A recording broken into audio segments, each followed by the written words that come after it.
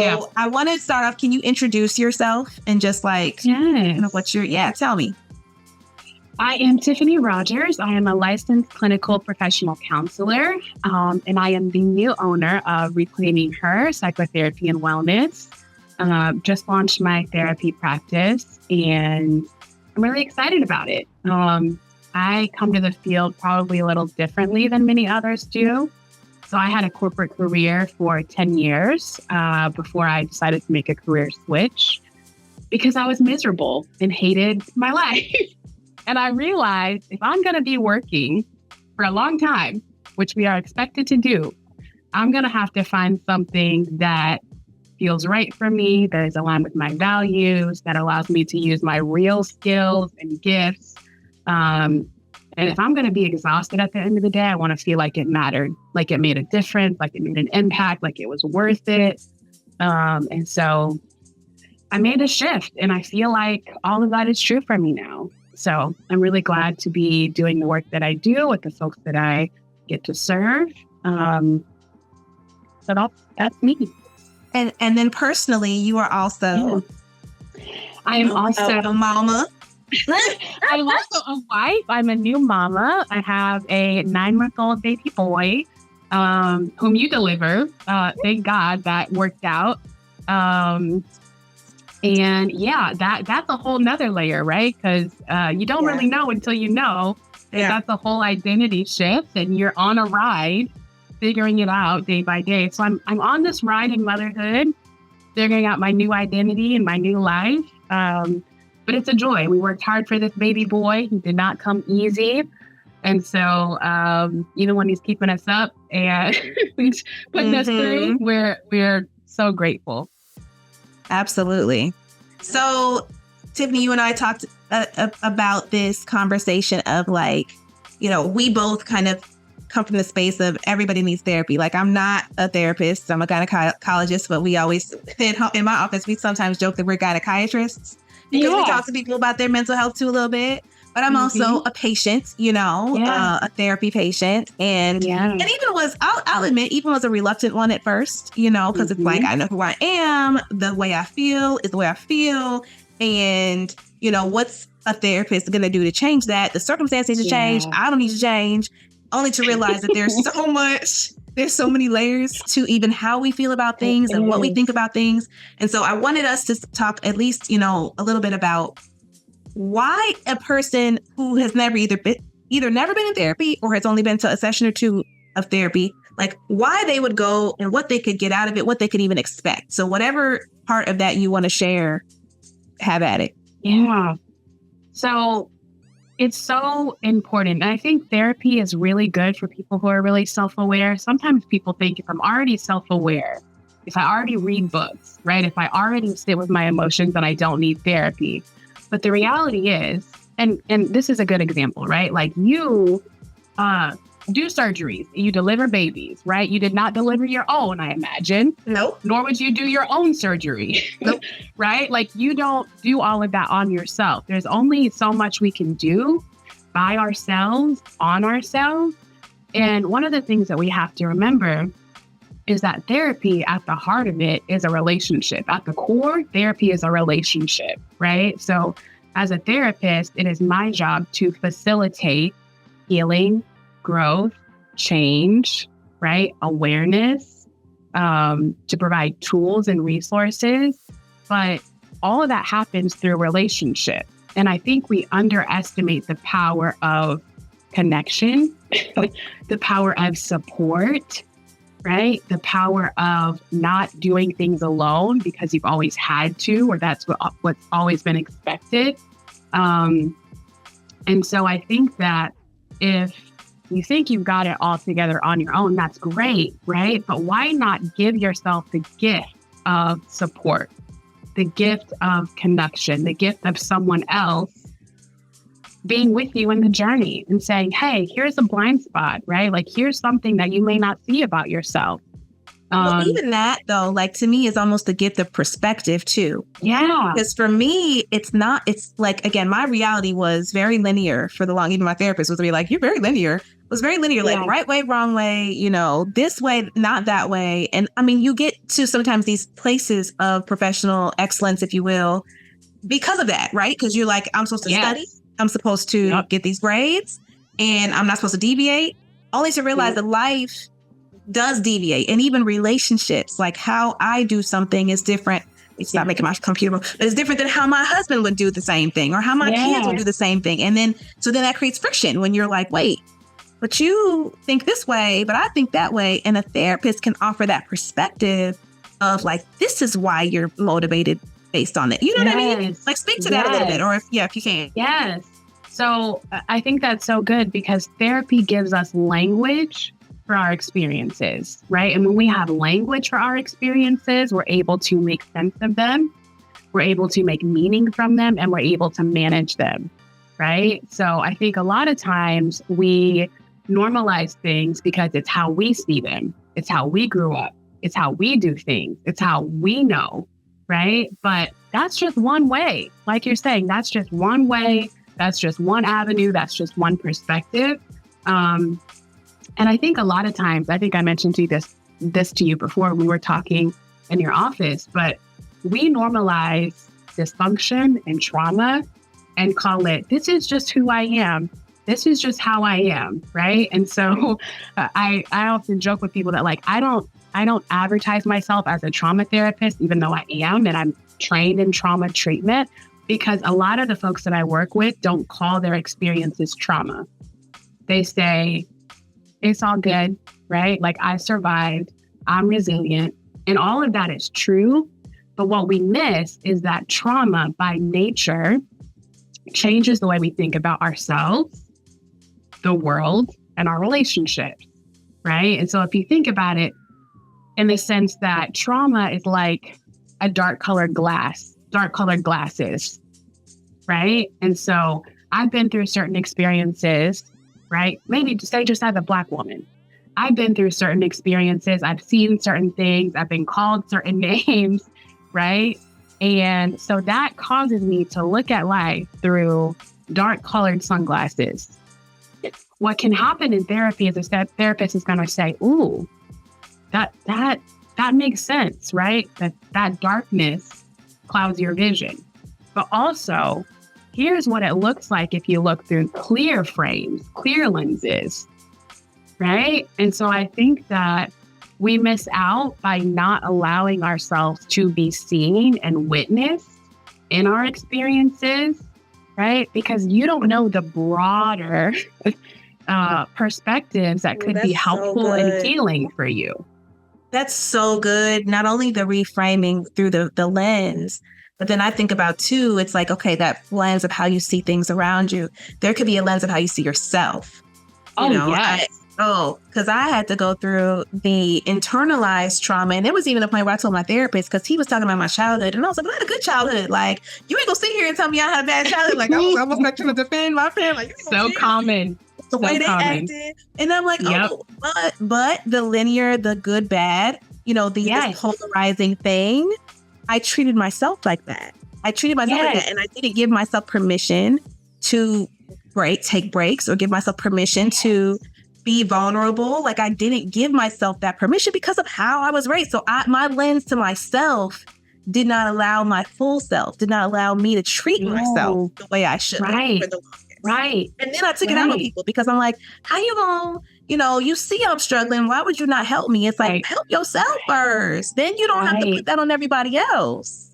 Man, that is such a common experience for high achieving folks, right? Like the folks who were taught that we're going to get the straight A's, we're going to check all the boxes, we're not going to miss a day, right? And what happens is that voice of always achieving, always productive, that becomes your inner critic, right? You don't have a compassionate voice. You don't have compassionate self-talk. It's always critical, right? You don't have grace. You can't. Grace didn't come with that. No, what is grace?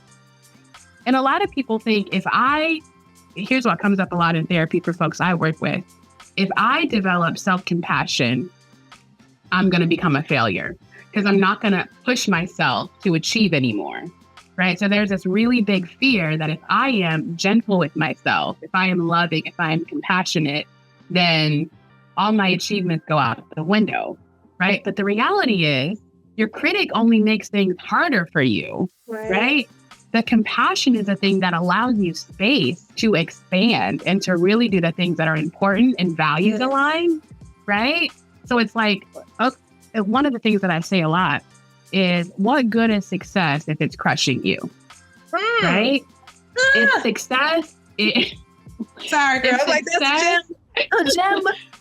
Yeah, if success is just, I checked all the boxes, I did all the things right? But I'm still miserable and unfulfilled. Can't enjoy what good it. is that, right? Can't enjoy it because all you do is chasing and fighting for your life constantly. And then you realize this is not even the life that I wanted. I was just doing the things that were expected of me. Right. You get to the top of this hill that somebody else created. And then you're like, so what am I supposed to do now? I'm here. Ta-da. Right. But there's not a magic switch that like you achieve. And so then you feel good. Right. So I think self-compassion allows you to build a life that feels good, feels better than it looks. It's great if it looks good. Right? But does it feel good? Do you feel fulfilled? Right? Do you have peace? Can you be with yourself and be with your emotions and your thoughts? Do you believe good things about yourself? Right? Or is all you're achieving birthed from bad beliefs? Right? That achieving makes you worthy. What about the part and where does this integrate? The part where you wake up in the middle of the night and you can't stop thinking about the things for tomorrow or the next day or the next day. My therapist is like, keep a list on the side of it. It doesn't happen to me as much anymore, but like a list inside the table, get those thoughts out of your head. But I feel like that was also birthed from that like spiral of like pursuit that you just can't, your mind can't rest. Yeah. And that like, what do we expect of ourselves?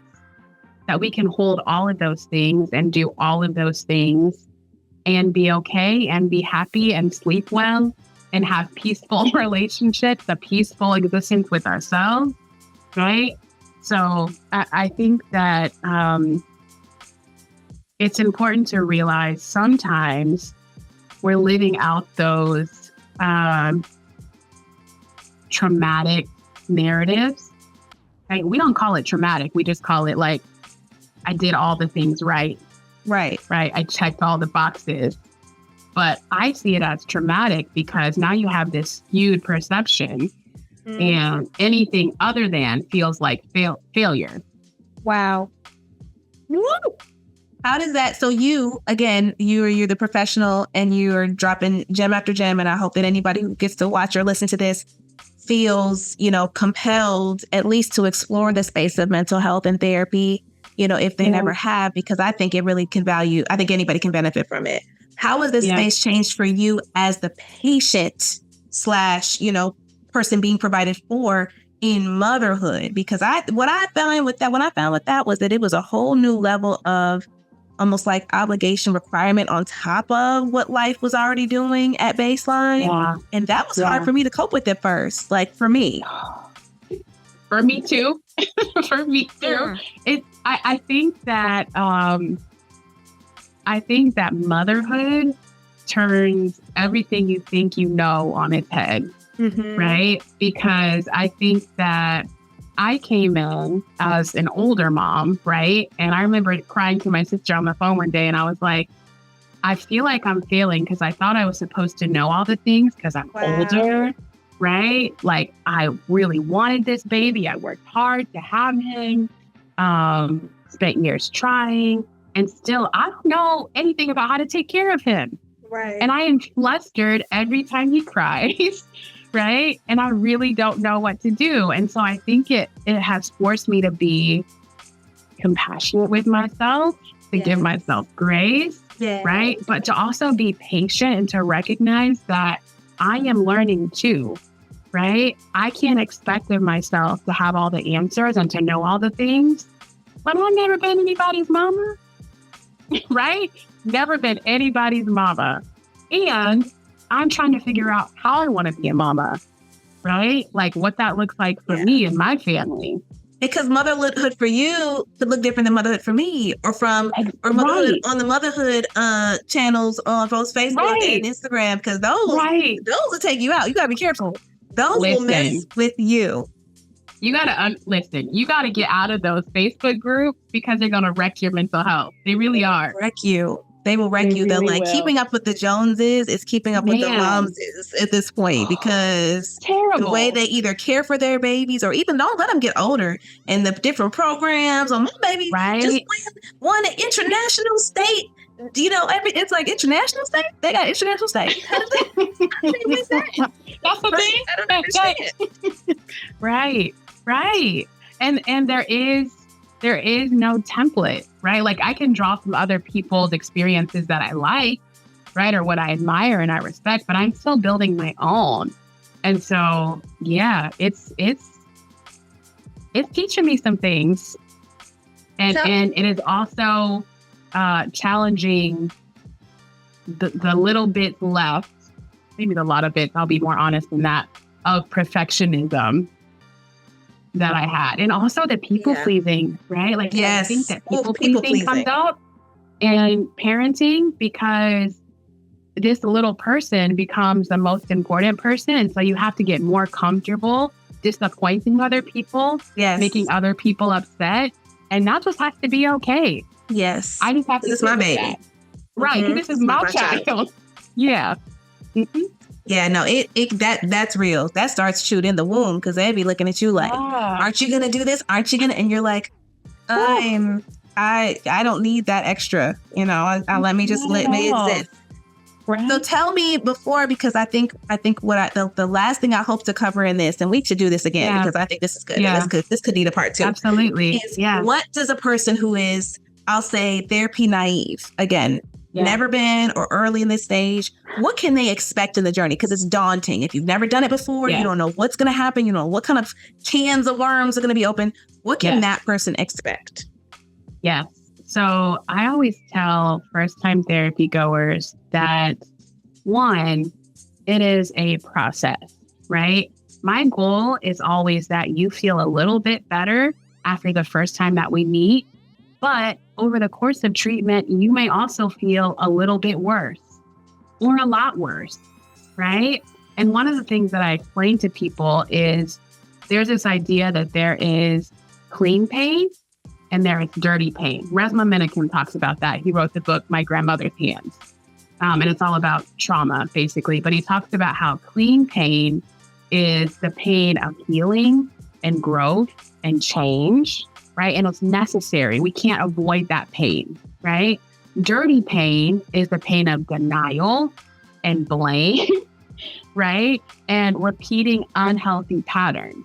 So the pain is going to be there, right? But you get to choose. Is it going to be the pain of change and figuring out how to do things differently, learning new skills and resources, right? Walking away from unhealthy coping that I'm just familiar with and used to? Or is it going to be the pain of actually, I'm not going to do the dirty, the hard work of unlearning, uprooting, rebuilding. The other thing I say often to people, because the reality is, and even for me, I go to therapy because I think you need it, especially if you work with people. I think you got to have it. But I 100%. tell people that therapy a lot of times is like cleaning out a closet, right? And we get really excited about the task of cleaning out the closet. It's like, oh, I'm about to go through all of this and clean it out, and it's going to look so nice, and I have plastic vision. And that's how we start therapy. We're so excited. It's wonderful. Hopefully you have a good therapist and you click and you connect and you're like, yes, I'm on the journey, right? And then you start pulling stuff out and you're like, I don't like looking at that. I remember when I was wearing that, and I remember how I felt, and that doesn't feel good to feel that again, right? And then what you want to do in that process is like, oh, let's shut the closet, right? A lot of times people will, this is really normal, by the way, and it's okay. But I also think it's important to talk to your therapist about this kind of experience when you're starting to feel like, actually, I don't want to do this anymore, right? And this happens with clients all the time. And if you have a good trauma-informed therapist, they're going to sit with you through this and give you space to be in that, right? And allow it to be okay.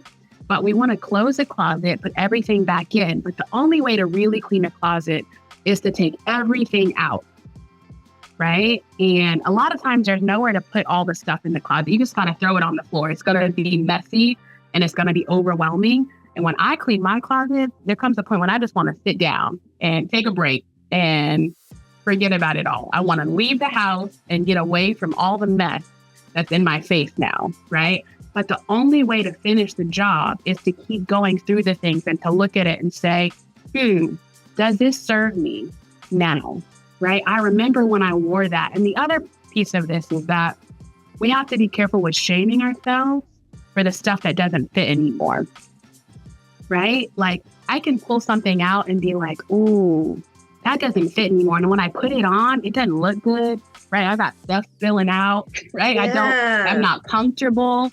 But at one point, that fits you. Right. At one point, that was the perfect garment for you, right? Because what happens in life is that we develop the coping skills that are available to us, right? So that's how we take care of ourselves. And there's no shame in that. But there comes a point when what was once helpful becomes harmful or inhibiting, right? So it's okay to notice this doesn't fit anymore. But let's thank it for the job that it did for us, the role that it played for us, and let it go. And let it go, right? Because there are things now, I just went and bought new jeans, right? Because I'm trying to fit my pregnancy body in these old jeans, and I got some work to do, but they weren't fitting right? Either I can look at this and say, it doesn't fit right, it's not comfortable, and just stay in it, or I can upgrade. Right. So therapy can help you upgrade your coping skills, upgrade your beliefs, upgrade the way that you think about yourself and talk to yourself. And that's going to feel a whole lot better. But you have to go through the process of looking at all the things, right? Sorting through it and deciding, does this have a place or not? Is this helpful or harmful? Right. So I think it's important to know that it's going to be uncomfortable. It's going to feel overwhelming at times. It's okay to bring that up and talk about that. It's also okay to push pause and say like, whoa, this is like a lot, right? Like help me cry every therapy session. There was a time where every therapy session I had tissues. Yes. You know, and I used to be like, why do I put myself through this? But eventually I did it. And eventually between the journaling and between the work we were doing, like my mental health was in such better shape. And it's hard for me to think back and think like, how was I existing before I had this new clarity? Like I'm so much nicer to myself and others. Yes. You know what I mean? Yes, absolutely. But you had to know that that was on the other side, right? Like you had to have hope that that would be there, that the crying and the feeling like so overwhelmed in it wasn't just the permanent experience, you know? So it's worthwhile, but you have to go through it. You know, you have to go through it. Where can the people, because I think this is good for today. I think this was super helpful. I think we hit those gems. Where can the people find you? Yeah, so you can find me at reclaimingher.org. Also, my Instagram is by Tiffany Rogers. You can email me at tiffany@reclaimingher.org. I am accepting new clients. Yeah. This is going to be great. I mean, I really, you know, it's the not, you know, there obviously access is always an issue for some people. But really a lot of people, the barrier to mental health is their mental health. The irony. It is. And all the ideas about therapy and what it is or isn't. Yes. Yeah. I hope that I wish for people to be able to see that light, like you said, because, you know, we have one life that we know of, right? And it's like, if we can exist in a better state, you know, why not? Absolutely. It's worth it. You know, it's worth it to feel better. Yeah. Well, thank you, my friend. Thank you for imparting your wisdom and knowledge. It's so good. Thank you so much. I will put, like I said, I'm recording on Wednesday in studio, so I'll put it all together. I'll make sure I share with you like everything before I even post it, because I don't even know how and when I'm going to post, but I'll make sure you see and have access to all the things before I even share it, just to make sure you feel represented appropriately. And then I will eventually. And I'll make sure my website is live before then. Make sure that. And then I feel like too, I'm probably gonna have some sort of not disclaimer, waiver. I don't know. I'm still trying to figure that part out too. Like, what does that look like? So my hope is to launch the podcast in the next month because I have enough. I will have enough footage and data, people to have a few episodes pending. But like I said, TBD on that. I'll definitely keep you in the loop about like what's happening when. That sounds amazing. I'm excited. It's gonna be so good. I'm excited to hear all the other stuff too. I'm an interested listener, and consumer of your content. It's gonna be good. It's gonna be. I'm like really trying to leverage all these people I have access to, and like let other people have access to them too. Whether it's the information they share. Yeah, that's my hope. I mean, that's always the hope, right? Is to help somebody. Yeah, it will. It will. Yeah. Yay. Thank you. This was good. So get back to life. Get back to the rest of this day that's about to end in like 30 minutes because of daylight savings time, right? Girl. About to be, The time is racing today. Crazy. All right, friends. Have a great one. Thank you. In the loop. You too. Talk soon. Okay, take care. Okay. Bye. Bye.